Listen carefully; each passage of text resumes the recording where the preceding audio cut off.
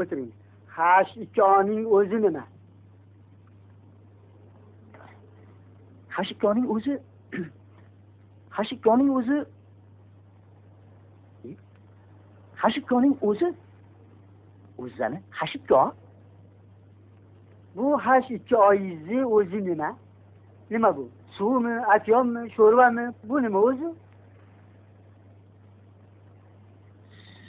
Suv. Ha, Xo'p, yaxshi. Bo'lmasa suvning xususiyatlarini aytib bering. suvda juda xususiyat ko'p, domlajon. Suv bu ob hayot. Mo'l-ko'l hosil. Million tonna oq oltin. Suv bu vodoprovodda suv.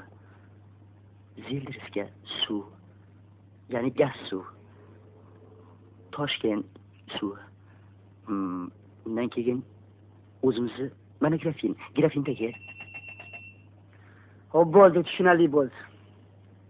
Bu suvda elektron bormi? Nima? Suvda elektron bormi deyapman.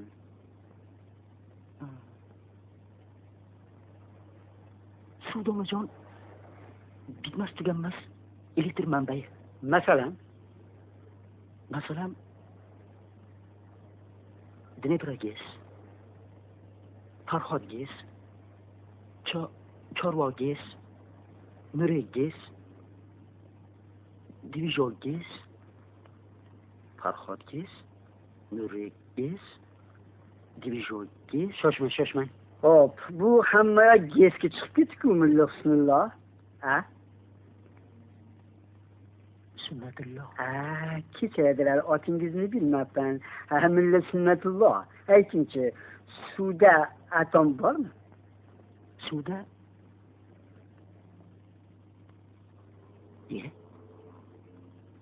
hazillashyapsizmi, domlajon? Suvda atom nima qiladi? Atom bomba-ku. Bomba? Ha. Suvning xususiyatlarini suv qilib ichib olibsiz-ku. Xo'p, aytingchi, bu suv necha gradusda parchalanadi? Suv любой gradusda parchalanadi. Masalan, mana shu kechirasiz. Grafindagi suvni stekanga quyamiz. Sef o'ramiz, parcha bo'lib ketadi. Biz ham bitta beshni mana shunday otib olamiz. Parcha bo'lib ketadi. Mana shundan bittasini imtihon varaqangizga qo'yamiz. Buni otini haqiqiy parchalanish deyiladi. Domlajon, yalqini 5 parchalar nima qilasiz? Yirikkina qilib o'zini qo'ya qolmaysizmi, domlajon? Biletingiz numeri nechi edi? Bilet numeri 3. Sizning bahoyingiz 2. Yaxshi yigit. Axir sizga salom aytib borishgan, domlajon. Siz ham mendan salom deb qo'ying.